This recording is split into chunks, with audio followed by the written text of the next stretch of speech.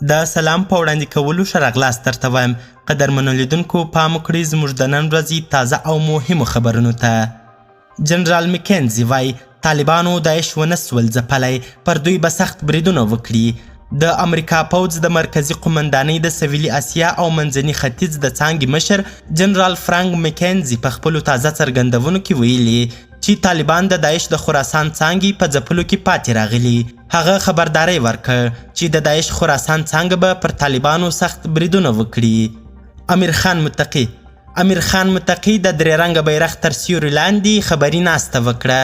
نن د طالبانو د بهرنیو چارو وزیر امیر خان متقي د افغانستان د درې رنګه ملي بیرغ په منلو سره انقره کې د افغان سفارت څخه لیدنه کړې. د متقي شاته د افغانستان درې رنګه بیرغ ځوړند او هغه له افغان ډیپلوماټانو او محصلینو سره کتلي. افغانستان په لومړي ځل هندي مالونه د افغانستان له لارې ازبکستان ته واستول سول. د پاکستان له لارې افغانستان ته رسیدلي د هند مالونه ازبکستان ته واستول سول. دا لومړی ځل دی چې هند له دې لارې د مرکزي اسیا سره سوداګري کوي. په افغانستان کې د طالبانو د حکومت د صنعت او سوداګرۍ وزارت د مارچ په 14مه په خپره کړې خبرپاڼه کې وویل چې د 2 لکه ډالرو په ارزښت د هند مالونه د کراچۍ بندر له لارې کابل ته رسیدلي چې په همدغه ورځ ازبکستان ته واستول سول.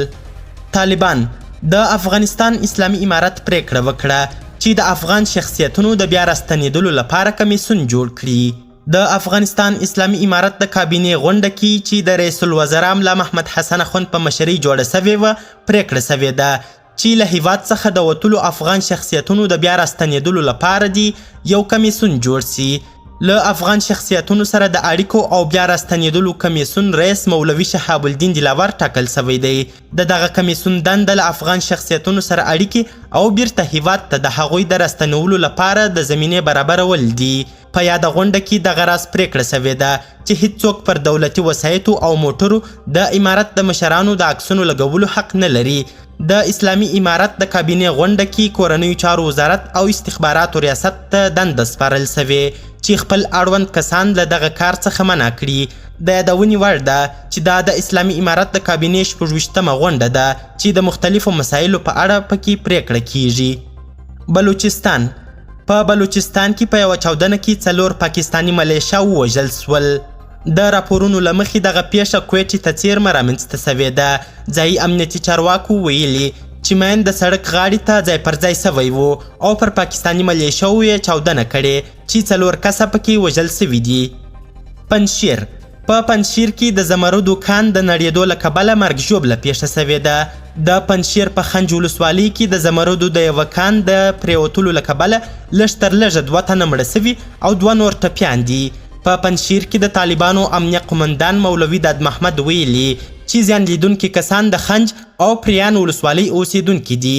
معلومه نه ده چې کان په قانوني ډول او که په ناقانونه توګه کیندل کېده.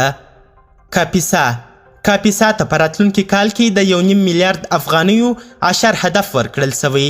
په کاپیسا کې د طالبانو د اسلامي امارت د والي ویاند وایي چې په راتلونکي لمریز کال کې ورته د عشر ټولولو لپاره 1.5 میلیارد افغانۍ هدف ټاکل سوی دی. ویاند کریم الله وثیق ویلي د طالبانو د اوسنۍ واکمنۍ په 8مه میاشتنۍ دوره کې هم تر 8 میلیونو افغانیو پورې عشر ټول کړی دی.